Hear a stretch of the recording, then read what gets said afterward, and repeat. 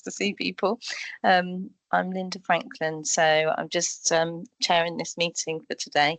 I might do intros because there's not many of us at the moment, but we might have other people join. Welcome, Pavel.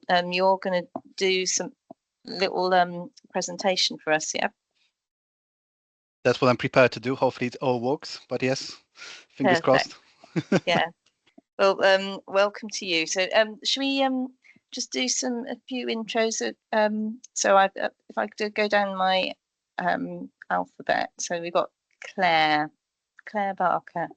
Hi there. I'm capital accountant at Gloucestershire Hospitals NHS Foundation Trust. Nice to meet you all. There's Emma. Hi, I'm Head of Financial Services at BNSSG ICB. And Louisa Bucks. Hi, I'm Louisa Bucks, Contract Manager at the Great Western Swindon. Yeah, nice to meet you. Charlie. Morning, everyone. I'm Charlie Spicer. I'm the Programme Manager of the South West Finance Academy and the South West SDN. Yeah, and Jamie. Jamie Denton. I'm the Head of Finance for Primary, Community and Children's Services at the ICB. And Stephanie. Hi there, I'm Stephanie Graves. I'm a business coordinator at Cornwall Partnership Foundation Trust. I am sorry, my camera is having issues this morning, so you have to excuse me. Sorry. Yeah, don't worry about it. Thank nice you. To meet you. Gemma. Hey, I'm Assistant Head of Management Accounts at the ICB. Nice to meet you. Charlotte. Hi, I'm Charlotte. I work in productivity at the Southwest Region of Finance Department in NHS England. Pavel. Hi all, I'm Pavel Abramik. I'm the Finance Business Partner for the Surgical Department and North Bristol NHS Trust, and I'm also the Deputy FSD Lead for our trust. And Aoife. Hi everyone, I'm Aoife. I am the Programme and Events Coordinator for HFMA. And I've got Lucy Westwood. Yeah, hi, I'm the Costing Accountant at Great Western Hospital Swindon. And I think Kate is just coming into the room. Kate, hello.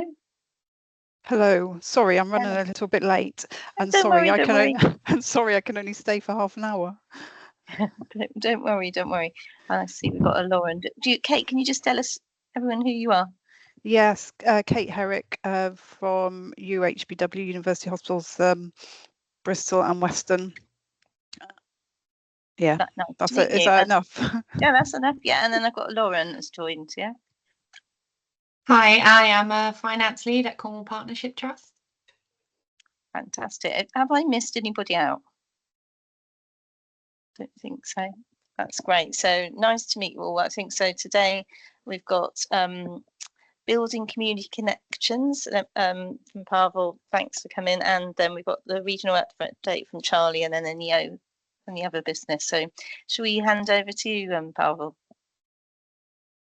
Sounds good. Let me try to put the presentation on as well. Everybody's happy with recording, yeah? Yeah. Right. Can you see presentation? Can you see me in the presentation as well? Yeah, we can. That's clever. That's good. I literally discovered this function over the weekend, so hopefully this works. And it's not going to break the system, but at least, yeah. Hopefully it works so you can see me and the presentation as well. Okay. Shall we start then? Yeah. Okay. So welcome everyone. I think I introduced myself already, so I'm not going to spend a lot of time on this one. Feel free to ask questions at any point of presentation. Just raise your hand, stop me, and so on. Because I'm presenting on Teams, I think I should see your hands, but if not, just feel free to just stop me and shout your question. I don't mind. Today I've been asked to talk about a bit of the work we do in the North Bristol NHS Trust when it comes to the building community collections, etc. So let me just take you through the presentation.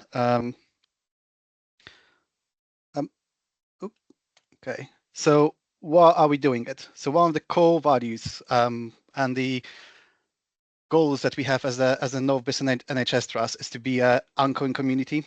So more or less, we want to make sure that we give something back to the communities we are settled in, and also that the workforce represents roughly the community we are based in when it comes to Northern Bristol. So more or less, we as the finance department decided to embrace it as well and see what we can do as a finance department to connect more with the outer world, and how we can give back a little bit to community, and how we make sure that that our own team represents roughly the community of Bristol.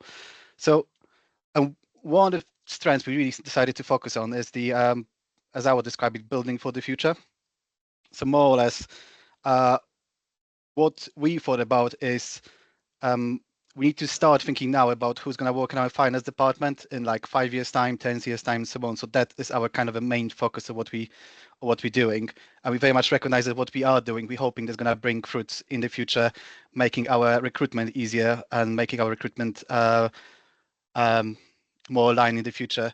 One of my own experiences where that I shared and I discussed with both universities as well as me as being the finance and accounting student from the past. I remember as a student, we're bombarded with information from, of course, Big Four and big investment banking say that's your future career. I remember personally hardly anyone talk about the public sector, so you didn't even consider as an option as a student. So that's my personal thing. I'm thinking about is like, how do we open those doors to people to say, look, there is also careers in finance and accounting in the public sector, and then be quite successful and kind of rewarding. And that was kind of a message we want to put back to different groups. So it's not only just universities, but it's also school programs and back to schools and colleges, and how we can show them that there is a different world. The world of accounting in NHS can be also quite rewarding career going forward. So more or less, we also going forward created this as one of the streams under our FSD kind of a program. So have the stream called just Building for the Future at our FSD program, which is mostly focused on different outreach activities. So here is kind of a walks that we try to do around. So I'm going to talk then through a few examples of things that we do.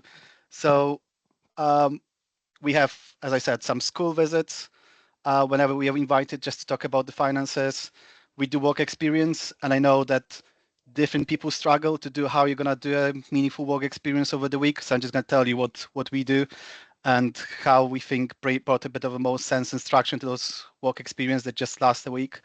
I'm going to talk a little bit about the Insights program that me and that NBT and DHBW started for the Southwest last year. And I think there's more colleagues joining the program this year, which is again quite useful when it comes to building the future, but also bringing this kind of a perspective of engagement of work in the public sector.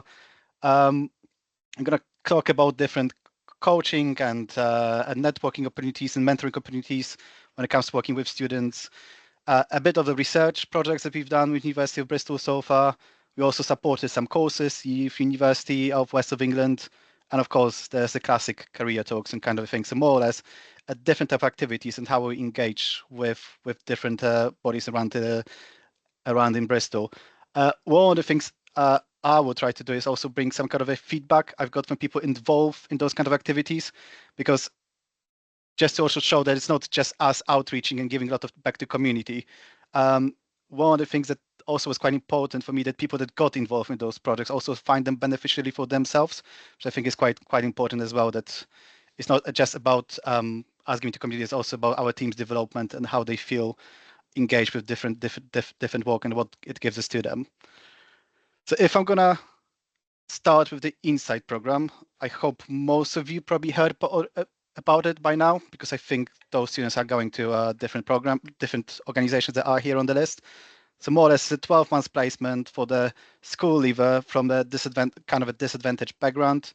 As I said, it was a joint initiative that I know it started in London first, but yeah, for the Southwest, we started with colleagues from HBW, and I think there's more joining now this year. I call it award-winning program. Why I'm saying it might be a bit cheeky, but we've got at the last HFMA Southwest conference, when it comes to EDI rewards, both us and colleagues from HBW get rewards from the last HFMA Southwest conference for this program when it comes to EDI category. So I think there is a recognition that it's something worth and important doing. And we've literally done the first cohort of cohort of students in September. When it comes to what kind of placements we offered for them, so I'm not sure exactly what kind of placements were done with HBW, but when it comes to NBT, it was mostly, of course, because they're licensed school leavers, they work about like a band 2, band 3 level, and it's more admin transactional roles that we allocated to those kind of trainees. So it was roles like working in payroll, supporting the payroll, was works like supporting the credit control team, supporting the accounts payable team when it comes to the more transactional side of the work. One of them was also now supporting our private patient teams when it comes again to very transactional level of like invoicing and making sure that we charge for the right activity when it comes to private and overseas patients. So when it comes to jobs that they do, they are doing very like a transactional level type of a job that they support at the moment. We had 2 this year around. I think UHBW also had 2 going forward from September 25, which is going to take 1 each going forward. When it comes to comments from there's the comments from trainees themselves, and it's quite interesting. I've picked up some of the comments where more or less they said that because they're school leavers and so on, it's actually the first experience ever into professional world. So one of the main gains that they find it is just learning a bit of the ropes, learning a bit of the office etiquette, right? Learning about how the things are around. To be fair, there was also a bit of a learning curve for us when it comes to working with the younger generation and teaching them all those kind of basics about things. But also, as you can see, the training said that's really helped them grow, and I think it's quite rewarding. We seen a massive change and increasing professionalism and those things over this 12 months. It's surprising, not 12 months yet, but it's surprising how much they worked, how much they developed from being just someone that's come in and doesn't know the ropes and so on to becoming a very, very reliable members of the team and can lead other pieces of work. But I think that's kind of interesting to see how also they feel, they personally work and develop. So I think it was a great to see them progress.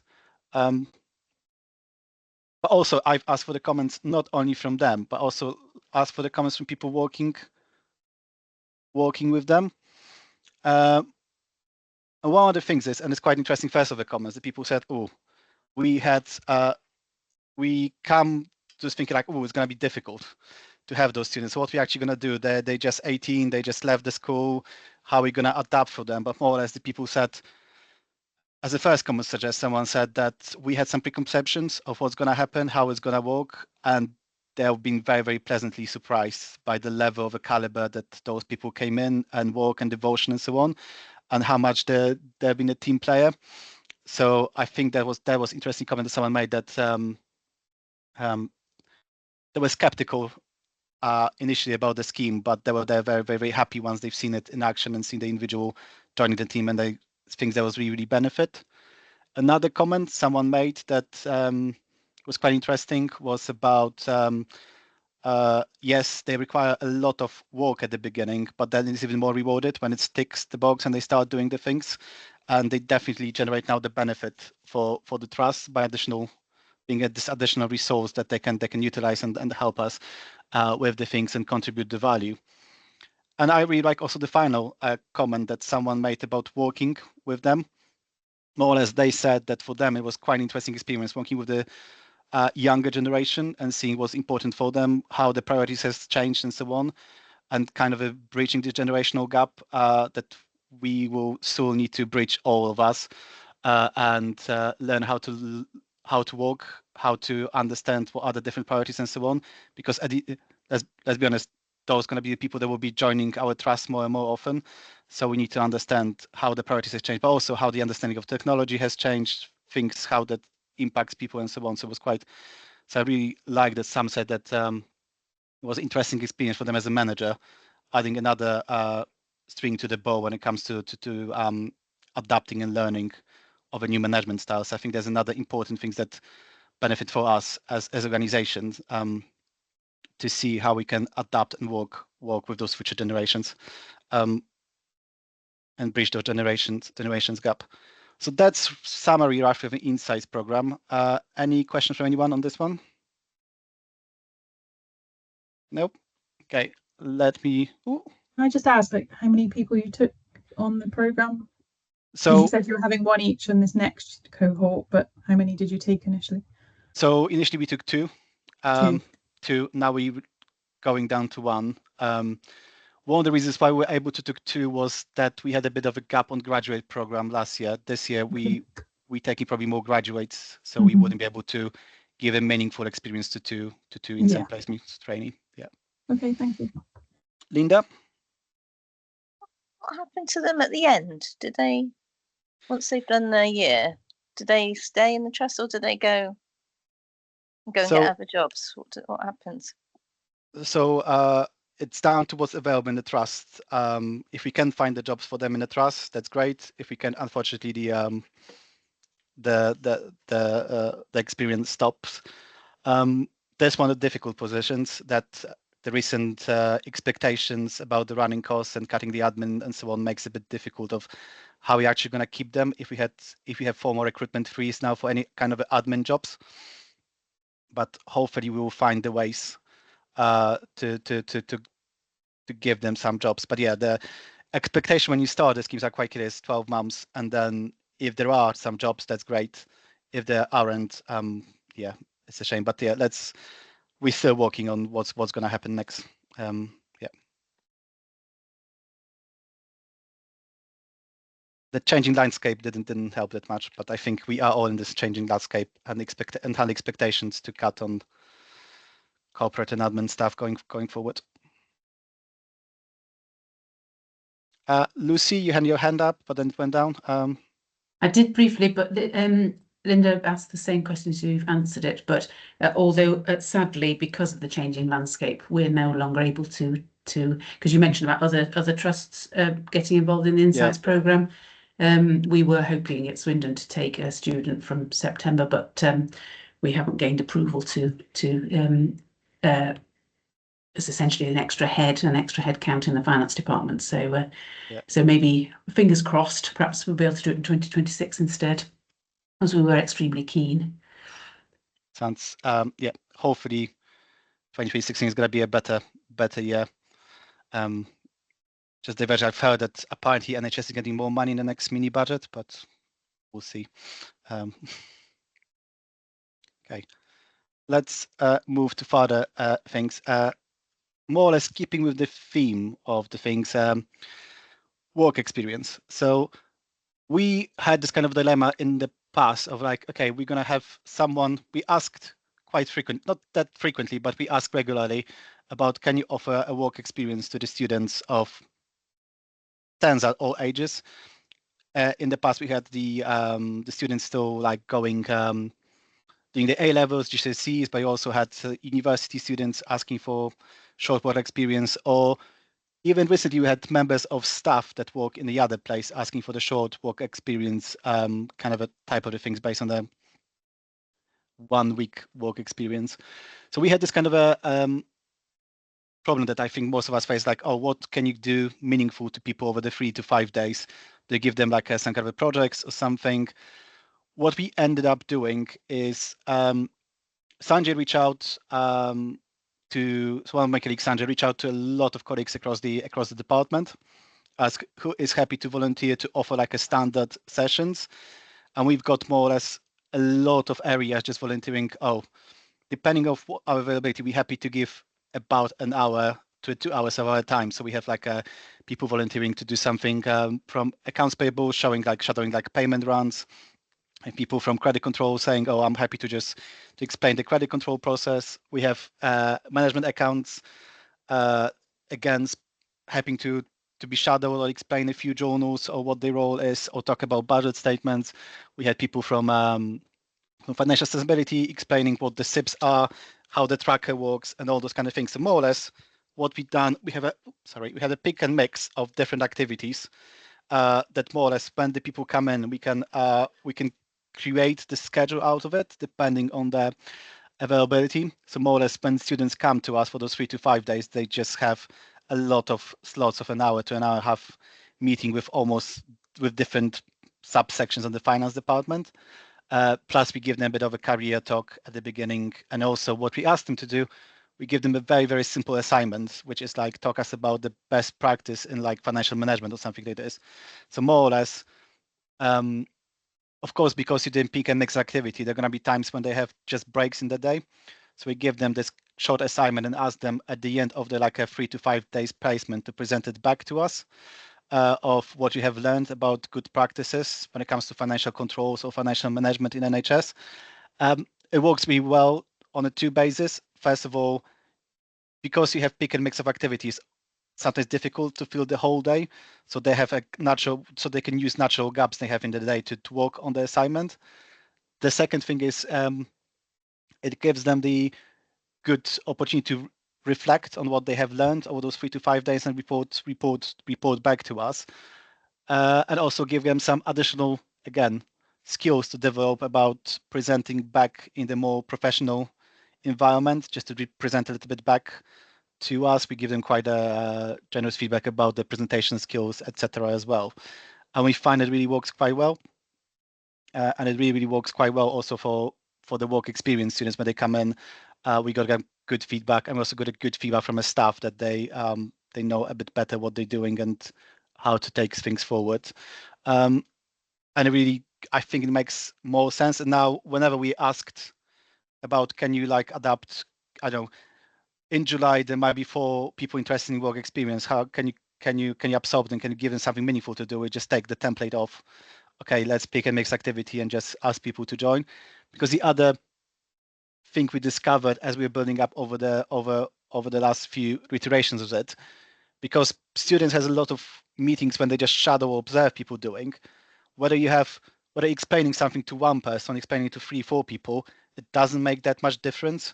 So more or less what we also ask now our work experience colleagues in the HR is just to, whenever the requests come in, just try to accumulate as much as possible in 1 week. So we take economies of scale rather than having, I don't know, 3 weeks of July when we're trying to do something. We have 4 students, 5 students all in 1 week of July and do it this way, and it appears to be working.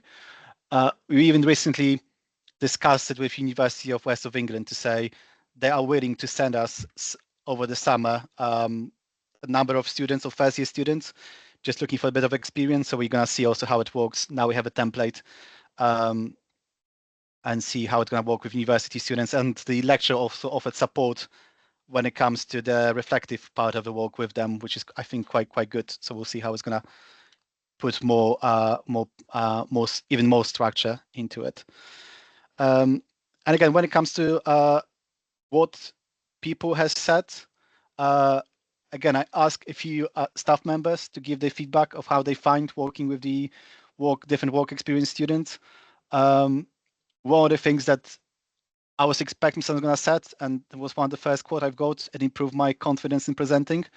To be fair, if you think about someone, especially being in a more junior role, I think just talking about the work and presenting something to the students is a very nice environment just to test your skills and develop your skills and get this kind of a confidence about talking about something you know to someone else before you need to go in the big meeting room and do some presentation. So a lot of people just taken this as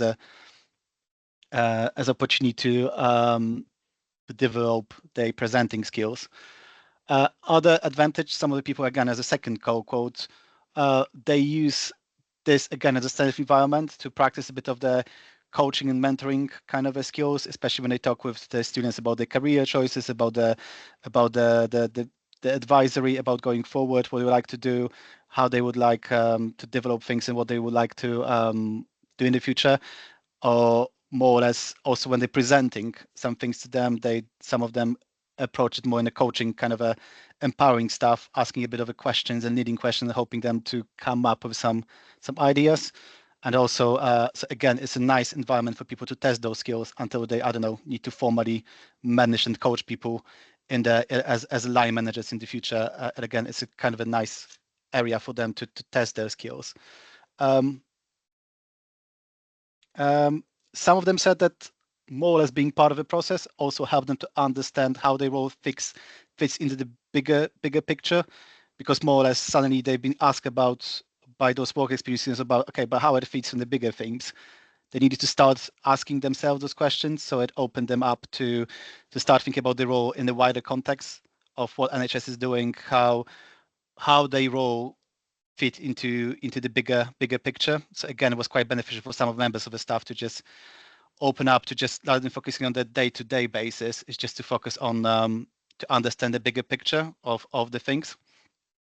So it's just to say, it's also not beneficial for being kind of the brand that we have as an employer in those cohort of the students. Is also helping our own staff to develop, because it's quite a nice environment. And the fact that we also operate so widely to all different members of the staff of grades and different sub teams, it means that it gives everyone the opportunity to engage and train a little bit.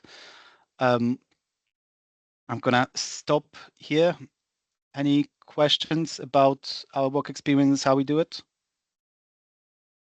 Oh, Emma.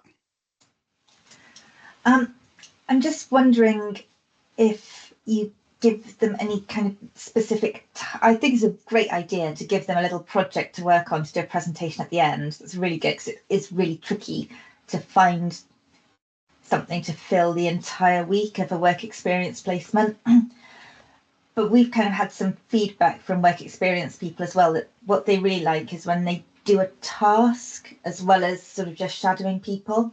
So I wondered, especially thinking back to what you said before about having school leavers in, if you've managed to come up with any tasks you could give them to sort of fill a few hours here and there.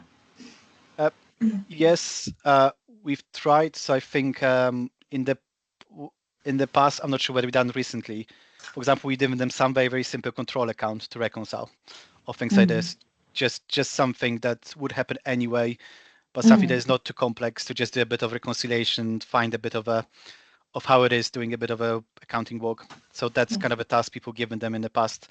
The whole problem is you actually have someone for a week, and someone that you don't know what the outcome of them completing the task is. So you need to choose something that is relatively safe, that will happen anyway, but also give them the right caliber of things. Yeah, that's what we've done in the past. So I think I cannot think about any other kind of a more work-based things that people done in the past, other than just a bit of reconciliation or taking someone through like a very simple journal just to try and test their skills, because most of them don't come with, especially if they school leavers or the school age, they don't know anything about accounting or finance. So it was giving them just something simple, more almost applying the math skills to reconcile things rather than anything else. But yes, I get it. It's a bit difficult. Yeah. Yeah, it's a good idea. Thanks. Okay. Any other questions from anyone? Linda? Do you make them do sort of like an induction to NBT? Do they have to do that? So there is some corporate induction that literally on the day they show up, that Alan, our team, sorry, the HR team or learning team does for them for like an hour when they start, roughly. But nothing more, because they're here for like 3-5 days. Emos gave them the basics about what to do in like type of emergency things and basics about fire safety, and they just head on and a bit of a talk about confidentiality of the data and everything they're gonna see. One of the things that we actually struggle when it comes to, I should have mentioned it, giving people work is, if someone is above 16 years of age, our IT is happy to set up them on the system or on our systems, even if it's just for the weekend access. So we can give access to people to different files, or even like a Teams meetings, etc. If someone is coming that is below age of 16, we almost ask them to bring their own laptop and send them any things to their personal email, because and of course it's things that won't be confidential, because IT is saying we cannot set up anyone on the system that is below the age of 16. So that's also one of the things that I wanted to mention as well. Yeah. Yeah, that's helpful, because in our organisation they do quite a big induction for everybody, all the school people, which is literally a day, sort of their week. They spend about a day doing induction. So yeah, it'd be interesting to maybe compare notes on that. Yeah, apparently, as far as I know, they spend like a half an hour to an hour with another team, and they more brief them in the office about all the important things, and then they let them go. Yeah. Yeah. Right. Anything more on this one? No? Okay. Let me go now into the few different pieces of work we've done with the with universities as well. So the one I really liked is there's the project, the course that we're doing with the University of West of England. It's called something like Integrating Learning Module or Practical Learning Module. It lasts roughly 11 weeks. But when it comes to us as employers / mentors, as we are told, describe on the scheme, it's only requires like roughly an hour meetings from us with the students over the course of 11 weeks. You get a group of roughly 6 undergraduate students. They're all third-year finance and accounting students, so very much people that's going to be on the job market within literally months. And you are supposed to give them a practical problem or a case study for them to work over those 11 weeks. And when it comes to structure of the meetings, is your first meeting is normally at the beginning of those 11 weeks. You give them a bit of a debrief of what the project is about. So this meeting is very, very heavily on the mentor or whoever is running the students to explain the project. The second meeting happens roughly in the mid, roughly 4 or 5 weeks in like a middle of the course. And this meeting is more for students to come in and ask you any kind of questions and give you an update on the work. So I would say when it comes to the weight of the meeting, I would say it's 50-50. So more or less 50% of the students, 50% of you coming prepared to the meeting. And then the final meeting is 100% for the students. So not all students, but a few volunteers from your group will then come back and present back to you what they have learned and so on. And for example, when we used to do only 1 or 2 projects with UE, we've joined a bigger presentation with all the other also employers supporting the program. This year, because we've done 3 projects with UE, and among those 3 projects, we have like 7 or 8 people volunteering to present back to us. We had our own NHS like NBT session, which was quite good as well, because we've learned what other colleagues were doing and so on. When it comes to projects we've done in the past, there's just a selection of a few. We've done the project that works very, very well each year, which we called Sherstone Flexible Space. So more or less, we have a piece of land on the Southmead campus that currently is used as a car park, or as we call it, flexible space. And each year, now 2 years in a row, we give students a task to say, okay, if you were given a blank piece of paper, what would you do with this space? And of course, we asked them to cost the things and so on. It was very interesting each year how many different ideas students come in of how you could utilize those space. And it's quite interesting to see how they develop commercial thinking and commercial solutions about developing the space. I'm gonna go back to this one in the feedback section, because one year we have really, really good creative solution for the space coming from a student. So I'm gonna touch on it in the moment. This year, for the first time in a year, we're giving them something about sustainability strategy. So more or less, we explain to them all the limitations we have about the CEDAW, about the priorities the hospital have, and the commitment to being net carbon neutral. And we ask more or less students to come up with some of the few ideas of the schemes of how would you still, in this kind of a climate, be able to deliver a sustainable strategy. And again, it was quite a good project for students to understand limitations you have in the public sector and how you have different conflicting priorities, etc. So it was a very good one for them to do. Another one we worked jointly with our charity was fundraising strategy. Another project that really worked well this year. More or less, we ask students to come up with the ideas of how you would increase income that our charity generates. And students are coming with all interesting ideas about increasing our income. And the 2 other projects we've done in the past with them, which I'm gonna say didn't work that well. Those students, I think, liked it a little bit more because there was kind of a simpler, but also not that much. Was we asked them to analyze charity accounts and reports and give them kind of a suggestions about how they assess the financial performance and overall performance and improvement strategies. And we did the same with our trust accounts. We asked them to review trust accounts in the context of the changes that happened in COVID since COVID. Sorry.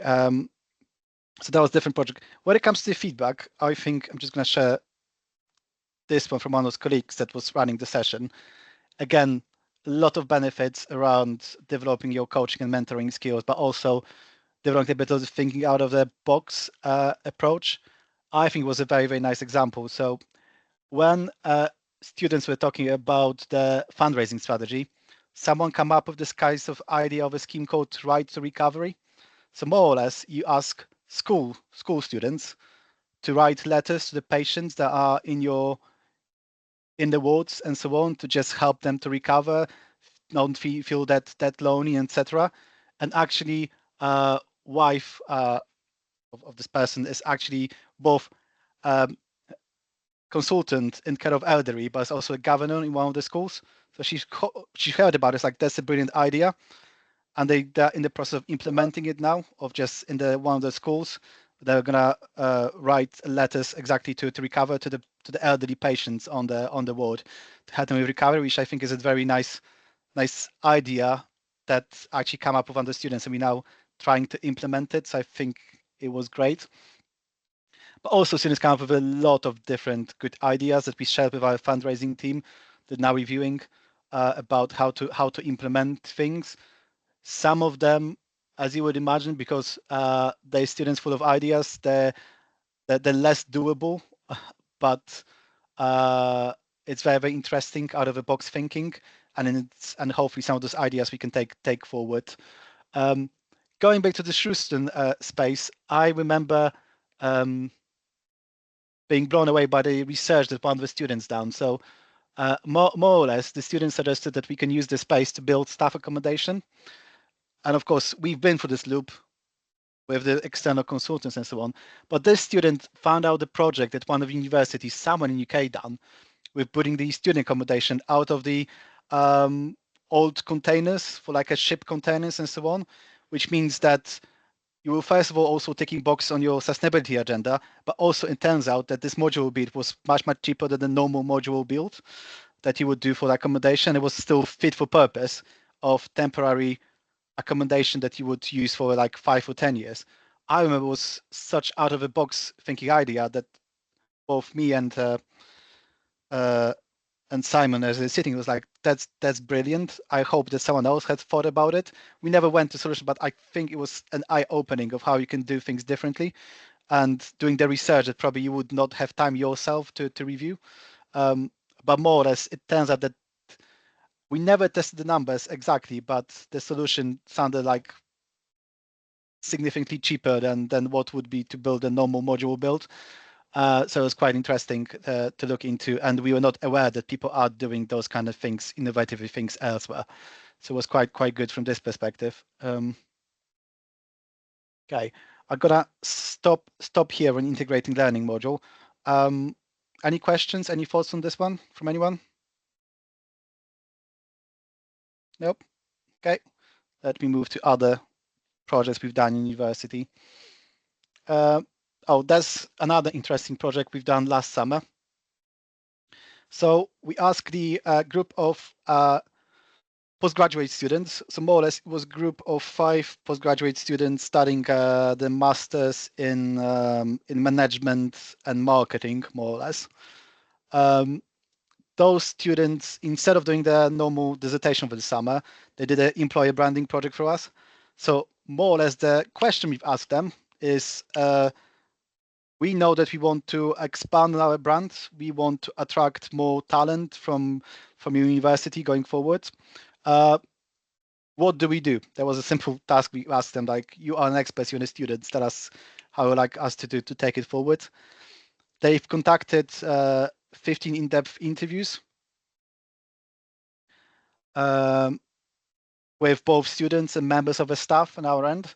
And this is some of the recommendation that they've done since then. They suggested that really to have a fighting chance with all the investment banking, Deloitte, KPMG, all the big 4 companies, we need to increase our campus, because a lot of people campus presence with like guest lectures, career talks, and career fairs. I've done since then 1 or 2 guest lectures with University of Bristol. It was quite interesting. I took them through NHS accounts, and the amounts of the puzzled faces when I was explaining about difference between control total and the true A&E position was interesting to see on the faces. But also you can they're asking a lot of good questions about why we do things, so it was quite good. So I really enjoyed it.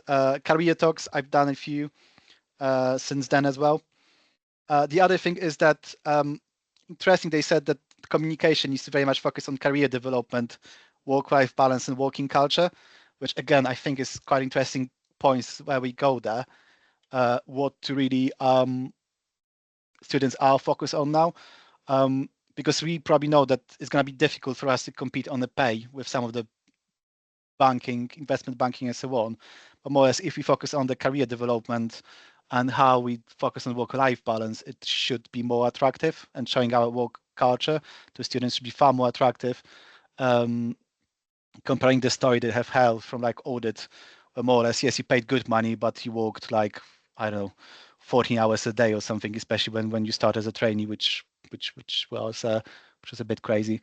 And sorry, and work closely with PLN. Sorry, so more or less the PLN stands for the Professional Liaison Network. So both University of Bristol and University of the West of England has a separate service as a part of their career service, which are focused on professional liaison. So more or less, they are happy to help us to reach out to students. And interestingly, especially when I've spoken with both University of West of England and University of Bristol, they're also tired of how overwhelming the presence of investment banking and big audit company, consultancy company is on the campus. They're really supportive of showing that there is another world of public sector finance, but they just need more engagement from us. So, but they were quite helpful. So again, it was quite an interesting project to run and just more or less ask people, what do you think about us, and how we can engage better with the students going forward. And people find it interesting also joining the project and learning more. Any question on this one? Nope. Ooh. Lucy? Takes a moment sometimes to put your hand up, doesn't it? Just a comment really based on, I mean, because you're clearly doing some really good work, aren't you, on the employer branding and also the work experience. Because I'm just, well, it's a bit of a takeaway, I suppose, because I'm aware that we as a trust, we are going out and getting the trust known with the, but it feels possibly more specific projects, like for instance, we had T-levels last year, and then the insights. But I've often wondered how, because our work experience, I often find that they seem to find their way into the trust via their parents, which is not a bad thing by any means, but does suggest that, are we known as a trust outside in the various colleges as a possible placement opportunity for work experience? So it's more a comment, something to take back and discuss in one of our finance briefing meetings or something. Yeah, I'm gonna be honest, with a lot of the work other than work with university is very, very reactive, what that we do. So yeah, I think one of the things that I really want now, we have a team of people looking after the outreach, is to be more proactive, because when you are reactive, some of the things are hit and miss, which I'm going to touch on slightly later on. But yeah, we kind of the same boat when it comes to some of the work. Yes, we try to be present there, and especially with the Insights program, we go to the select schools to promote it, but we still very much, when it comes to other things, very, very reactive, of just someone comes in and say, can we have a work experience? Or someone comes on and to say, oh, can you give a career talk to those like year 7 students or something? We not so much proactive of deciding where we actually should go and what type of activities we want to do that much. So that's the next stage I want to take this through, but I'm going to touch on it in a moment. Yeah. Excellent, thanks. Right. I'm going to move to the final thing that we're doing, which I think was perfectly timed with all the NHS England requirements recently and discussion. So recently, we've been approached by one of the PhD students from University of Bristol, and they wanted to use us as the case study for the doctoral study. So more or less they're doing a research for us about how we can engage operational and clinical leads in the costing and productivity data going forward, which I think was very, very timely manner, because we started deep dives onto all specialties quite recently with the productivity data. So I think it's very, very timely that they observe some of those meetings. They meet with our both finance colleagues, operational colleagues, and clinical colleagues. It's going to give us a bit of a feedback at the end of it from this kind of a objective perspective of what they observe, how those meetings are going, how people are engaging, what kind of data the people will find useful, etc. So I think it was a really timely project done with University of Bristol around costing and productivity study, and hopefully they're also going to bring us some information going forward about the best practice, of course, looking in the literature and so on. So I think it's one of the things that we started this project, this study around winter before productivity was a big theme, but now it's nicely wasn't a big theme. It was big theme before, but I think NHS England switched slightly the gear in the last few months that is even a bigger thing now. So I think it was quite nicely timelined when it comes to the study, and people are willing to get involved in this study and give this person feedback, and hopefully after the summer we're going to have a more fuller picture of how people find useful and some early findings about how we can involve more in those kind of a costing and productivity discussions going forward. So that's just an example of another project we've done quite recently. It's still early stages, but as I said, it's in the simplest term, what the student is doing is building a snowball effect of meeting with different people, arranging interviews and shadowing a few meetings where we discuss costing and productivity. So we'll see what the outcome of it's going to be going forward. But being myself interviewed by the student also was quite interesting experience of they're really forcing you to reflect of what you're doing, because of course they ask.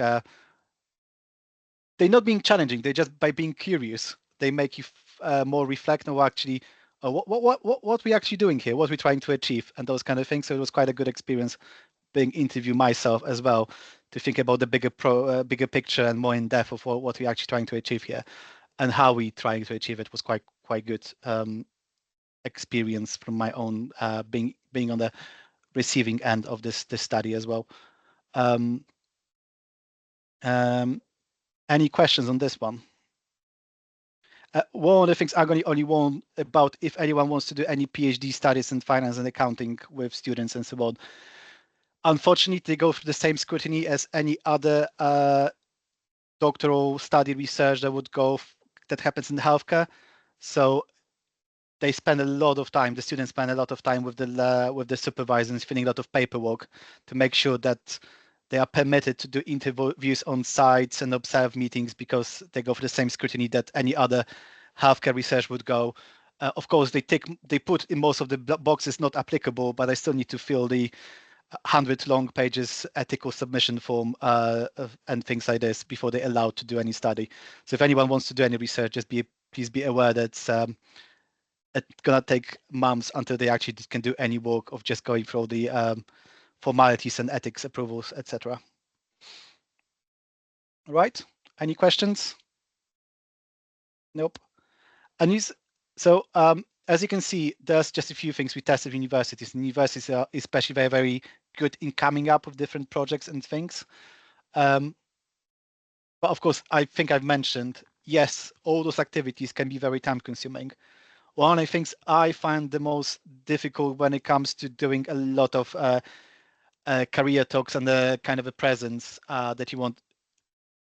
Being there, the meetings, the events are not that bad. They normally take an hour of your life and so on. The things that really makes it difficult for your calendar is commuting time, because you want to be ideally in physical presence and in the room, at a university, at a school. So commuting time, I think, is the biggest challenge, because most of these events last 45 minutes and so on, so they're not too bad. It's time consuming when it comes to commuting time and so on. Prep time, some of the people ask quite about the prep time, but students hardly ask ever difficult questions. They only want to find out about the job and get a reality check of how the things are working. So you don't require that much prep time as long as you're willing to talk about the things. And one of the things I was considering for a while was like, would it be better to do some of those events online in the current day and age? Yes and no. Yes, you save on commuting time, but you're not gonna get this 1 or 2 people that are really interested in the job, but are too afraid to ask the questions gonna approach at the end of the event. And it happened to me, or any event I attended, that you do a speech to a big group of students, and then 1 or 2 at the end comes in and asks really a lot of questions. And I think if you were doing online, you will miss on this kind of opportunity. So, and actually those 1 or 2 individuals, that is really why you are there, not maybe the whole large group. That's how I see it. Because I always said to people organizing events, as long as 1 or 2 people approach me at the end and ask a lot of sensible questions, that's a success for me, because it means that I inspire someone to hopefully join NSS. As I said initially, it is a bit of hit and miss. So if you are very much reactive, it is a bit of hit and miss. So just a few examples. We once attended a school career event. We had quite a lot of people willing to go and speak, so more or less they ended up spending like roughly an hour there of the day. But then as we attended the event, we find out that those students are not even doing A levels, so more or less like they wouldn't be suitable for Insights program and etc. So more or less we find out that maybe there wasn't the best school to attend, but we already invested roughly 4 hours or like one morning of being there. It was still good to talk about people about the experience, but if you know before about what the prospects on the students in this particular school, we probably we probably offer more career talk than the full fair attendance. And the same with some of the career talks. It happened to me at the University of Bristol once when they wanted to redo public sector focus session, and we ended up, because it was like not the perfect timing, it was like something like a half term, was a break for the students because they were like they had like a break in the term. It was like a Wednesday afternoon with most of students are doing sports, and we end up that we had 6 panelists and 5 students attending. Great for those 5 students, but not great for those 6 panelists that I remember more or less you're either speaking, most of the day I spent speaking with more other panelists rather than students, which was quite useful, exchanging ideas of doing things around employer branding. But again, because we were more reactive than proactive, someone said, "Oh, can you come to this talk?" We didn't test all those things that would be useful. That was quite interesting to learn what other public organizations are doing when it comes to attractive things. So yes, switching from reactive to proactive would be very, very important. And the other thing I found is all those schemes that I mentioned, while we try to open to as many people in the department, it's naturally skews to a few keen individuals that want to do those things, that feel very comfortable presenting, that are finding very rewarding, inspiring young people. So it is a question of how do you get those others also involved, so it's not always the same people doing the talking and so on. It's more the workload is more spread. Luckily, with the size of the team we have in NBT, it still is probably about 15 people. I can depend on different career events, but out of this 15, it tends to be always the same 5, and the other 10 would be just coming in and out. So it is, how do you make it? How do you encourage others to step in and have those kind of talks? Yeah. Any questions? No. Charlotte? I'm just curious, how has hybrid working, I'm assuming you do hybrid working at NBT, if you do, how has it affected the support that's given to those students on placements or work experience? We do hybrid working. The work experience, because they're shadowing meetings, doing tasks, sometimes they just do it on Teams. It doesn't matter. Some of the few people, if it comes to the presentation and talks, yeah, we ask a few people to be in the office, or when it comes to the final presentation at the end of the weeks, we'll literally grab whoever is in the office to just to, so they have an appropriate audience. it's hard to tell because we've done a lot of those things post-COVID when it comes to increasing our engagement. So it's hard to say how it will look if we're not hybrid working, if you know what I mean. But yeah, people are getting good support and so on. One of the things we found out with Insights placement is that it's better to be on site. So the people that are like managing them and working with them directly, it's best if they're as much as possible, both them and students are on site, especially in the early months. Once they get a feel of how it is working, it's easy, where they can start working more from home. But especially in the early days, it was important that we have a commitment for those people being actually on site.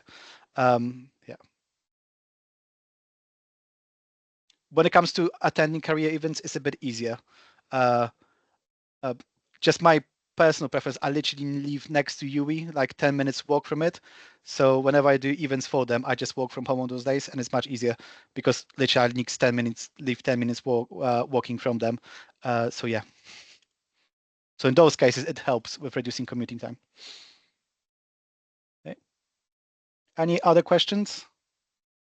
So just a few final words from me.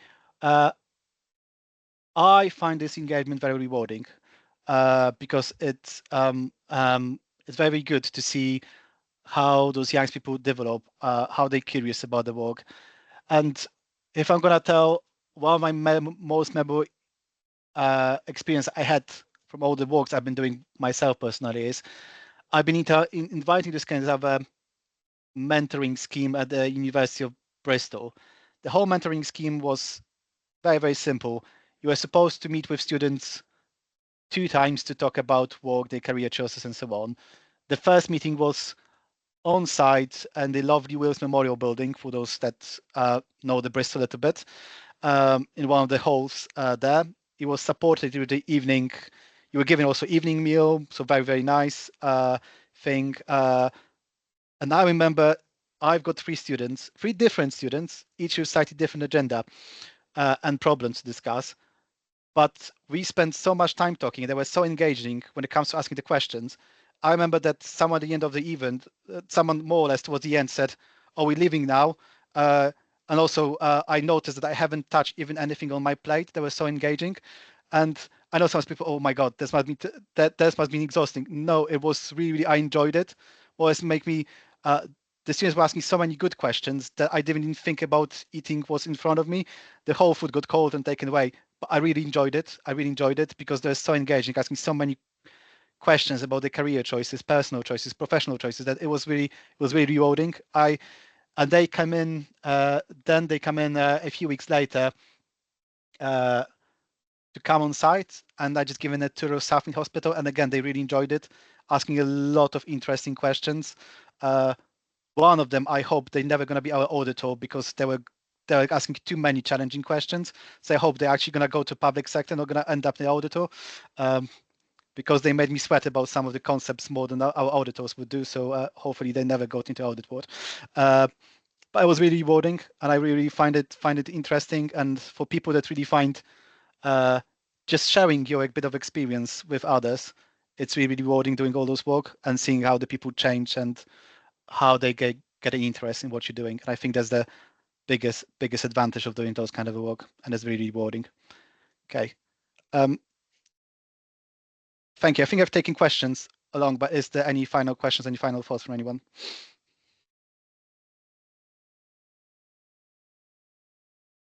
Can't see any at the minute, but just Pavel, that's fantastic. It just shows it's interesting, particularly a bit at the end, just how much you personally have got out of it, I think, isn't it? It sounds like, but it sounds really, really great work that MBT are doing, which yeah, it's really interesting to hear. Is there any particular questions anybody wanted to ask?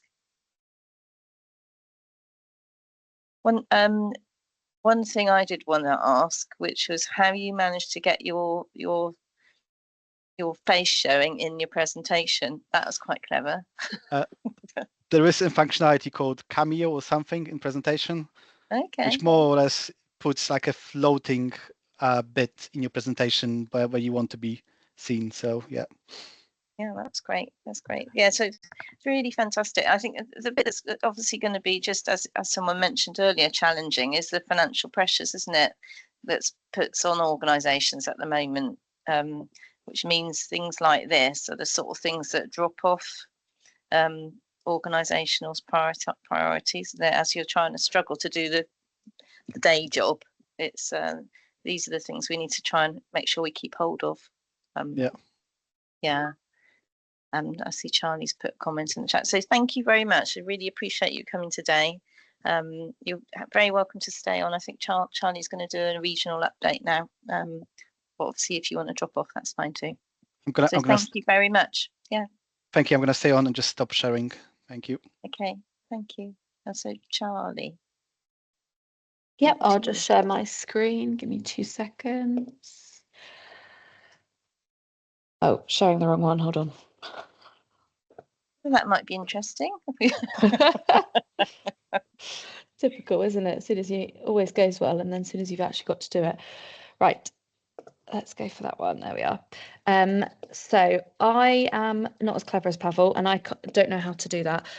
So what I'll do is I'll share my slides, and actually might not be able to see hands up, but if anyone's got any questions throughout, just feel free to shout over me or pop them in the chat or email them over to me afterwards. So thank you for having me. I'm going to do probably just about 10-15 minute update. What I'll do is I'll circulate the slides as well, because there's a few slides with quite a bit of detail on and sort of links to find out more. So I'll circulate them after the meeting.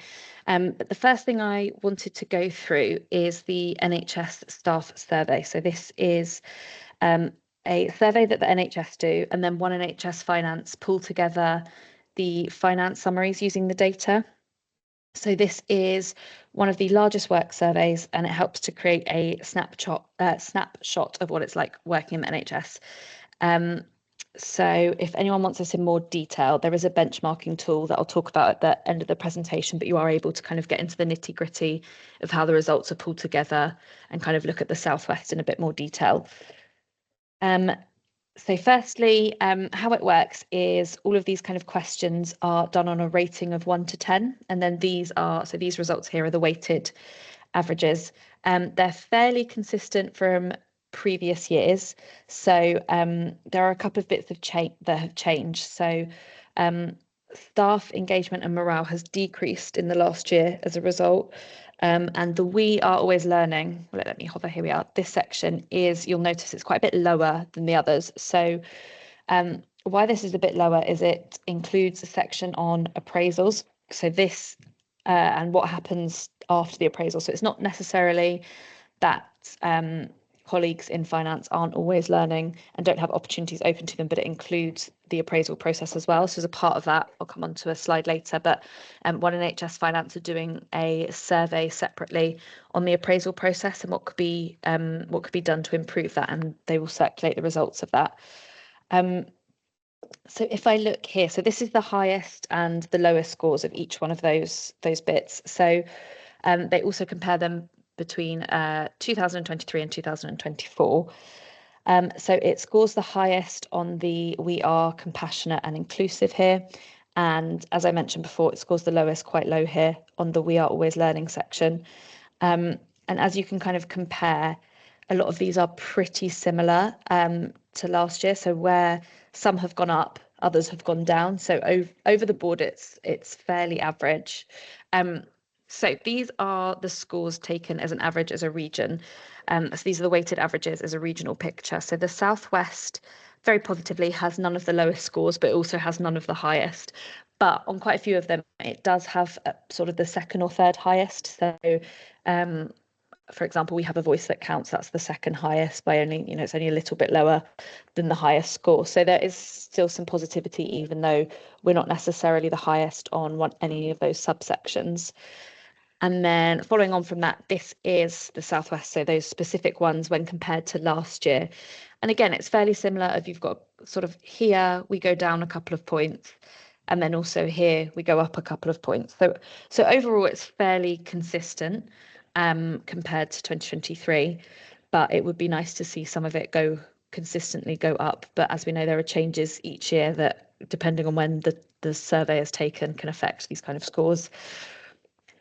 And then Just to break it down a bit in organisation type. So you'll notice we've got an other section here. So this includes things such as the NHSE regional teams, and it also includes other things. You've got like Mersey internal audit. So often these others are smaller organisations, which kind of corresponds to why the scores are a little bit higher. So for most of them, they have the highest scores. And then consistently, ICBs and ambulances have the lowest scores on these. But something that's really positive is consistent with other years, the finance department compared to the overall organisation average is always the highest when compared to other departments. So it's really positive that finance departments are known for being inclusive, rewarding, working flexibly, having better staff engagement and morale. That's really positive, and I'll come on to the accreditation one next, but that is kind of a direct result of all the opportunities that are available. So that's something really positive to take away from the staff survey results. So this is a graph that One NHS Finance produce each year. Like I said, I'll circulate these so you can kind of specifically compare. But the sort of darker blue one here is organisations which have no One NHS Finance accreditation. Then the lighter blue is those with level 1. The orange is those with level 2 accreditation and level 3. So apart from We Work Flexibly, which will obviously be enforced as an organisation kind of policy when looking at flexible working and hybrid working and things like that, every single other one, the higher your accreditation, the more positive results you get in the staff survey. So that's across, like I said, all of them apart from We Work Flexibly. So around staff engagement, having a voice that counts, it always scores higher if that organisation has the One NHS Finance accreditation, and then even higher when you go up to the level 3. So that if you're kind of looking at progressing your level 1 accreditation onto level 2 and 3, there's a direct correlation from staff feeling more valued when doing it. So that is really positive. And then just moving on to this, so top 10 scoring organisations. We've just highlighted there, we've got one new one, which is from the Southwest. So this is Avon and Wiltshire. So One NHS Finance have just started following up with all of these, and they're going to be writing up case studies, and there's going to be a couple of showcase sessions. So if you want to learn what the finance departments have been doing to kind of score better results on this, those will all be shared in due course. And then similarly, something that's really nice is out of all the organisations in the country for the top 10 most improved, 4 of those are in the Southwest. So that genuinely is really nice to see. And again, One NHS Finance and the Southwest Finance Academy, we're going to be following up with these so we can kind of ensure we share all this practice across organisations. And what's really nice is all of these are in different systems. You've got BNSSG, Gloucestershire, Cornwall, and then BSW. So it's nice that it's kind of consistent across the Southwest, not necessarily in the same system. So just kind of what's happening next kind of from these results.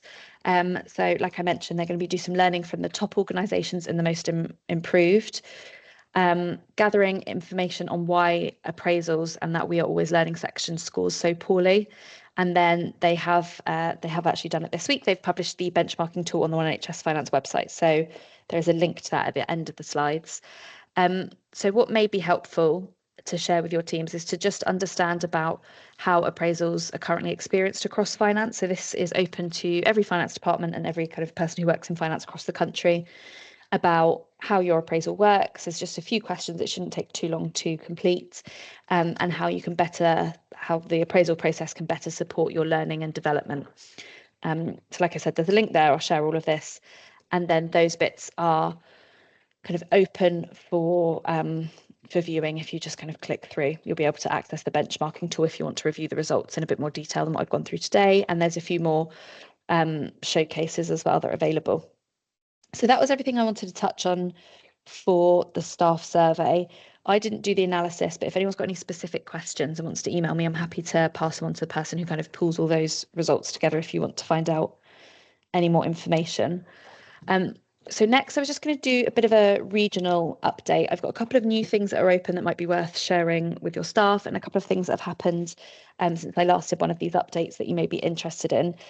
So if I go, there we are. So kind of since the last meeting, we've published this document, and I've got it on the next slide as well, which is how to recognise and treat work-related stress. So this is something that we did with the health and wellbeing champions in the Southwest, and it's got an interactive guide so that you can type your answers on that. We've also got so at our last board meeting, a work shadowing proposal was approved. So this will offer someone the chance to shadow someone outside of their organisation and system. So it's all on the application form, but that could either be someone at a similar level if you're looking at maybe moving across, or someone at a more senior level as well if you want to learn about what their job entails. We're having a bit of a refresh of the EDI programme and looking at all the events that are going to be available over the next 6 to 12 months, focusing on EDI. Our talent management report has been written as of last week, and this is open to all CFOs to respond to and talk about how talent conversations are going. And this is published on the One NHS Finance website. It's not published yet because it goes up to the Finance Leadership Council, and once that's done, we'll publish that. So I'm happy to email that out. And then we've got our Return to Work programme, which begins this month. Actually, we've got our first session in a couple of weeks. So this helps to support colleagues that are returning from parental leave. So it does sessions on things such as imposter syndrome and confidence building. So we've had 13 people apply and be approved onto this programme, and this is the first time we've run this as a region. So I'm hoping it goes really well. We're hoping to open it up to people who are returning from long-term absence at work, so not just parental leave, bereavement leave, etc. Once we've run this for the first time, so can keep you posted on that. This is just more on that document I mentioned. And then, so this has been approved. So we've done an example job advert and some guidance for organisations on how to make your recruitment processes more inclusive. So this is with the One NHS Finance team are just making it look all nice in a fancy document, but it covers what to include, what not to include, an example, a couple of poor examples of finance job adverts that we found from not just across the Southwest, but across the country. So what not to include, and then the next steps to take to ensure that your finance department has inclusive adverts and how to push this forward and work with your HR colleagues to do this. So in line with this, I think it was about a month ago, we had an event on inclusive interviewing, and that received 100% excellent or good feedback. So that was really positive. So there's a couple of One NHS Finance programmes I wanted to touch on. Like I said, there's a lot of detail, so I'll just kind of go through the main headlines of this. So these are now open. So a couple of these close tomorrow, so I'll make sure I get the slides sent out soon in case any of you or your colleagues are interested. So this first one is called Career Shapers, and this is aimed at bands 2 to 4. And this is delivered through online. There's one in-person day, and then there's 4 online modules. And there's just an application form through Microsoft Forms that you fill out to do this. So this focuses on the non-technical skills needed to progress, and it helps people kind of in the stages of their career within these bands increase confidence, meet kind of network and meet a few others, and establish kind of a professional network across finance. So you can find out more through the application pack and on the webpage, which I've linked here as well. And then similarly, we've got an Accelerate Deputies programme, which also applications close for this tomorrow. So this is specifically designed for deputy finance directors who aspire to kind of be a CFO within the next 2 years. So topics covered include inclusive leadership, how to support your staff, system working, board expectations, key relationships as part of that. And then this is actually a new programme. Well, it's not new to One NHS Finance, but we're running a specific cohort for Southwest colleagues. So the One NHS Finance team are running the Going Beyond programme every 2 years. So the Southwest, the London Finance Academy and the Midlands, we've all joined together to offer an additional cohort for 25-26. So this will ensure that everyone's still got the opportunity to take part, as it's only every 2 years now. So this one is aimed at staff working at band 8A and above who wish to further their professional development. So this is delivered through 3 face-to-face days. So they're full days across October to January. And there's kind of the career objectives there. So applications for this one, they close on the 30th of June. So a few more weeks on that one, and that covers things such as leading and managing change, managing relationships at a system level, conflict conflict resolution, your career goals, and any other kind of development to get you onto that next role. So if these programs aren't relevant for you, they might be relevant to a colleague, so it's worth sharing, as there's sort of a few different bands included. And the One NHS Finance programs do have the equivalent of this for every single Agenda for Change band. These are just the ones that have their applications open. So if people are interested, I can pop a link into the chat so that you can have a quick view of all the different programs open to you.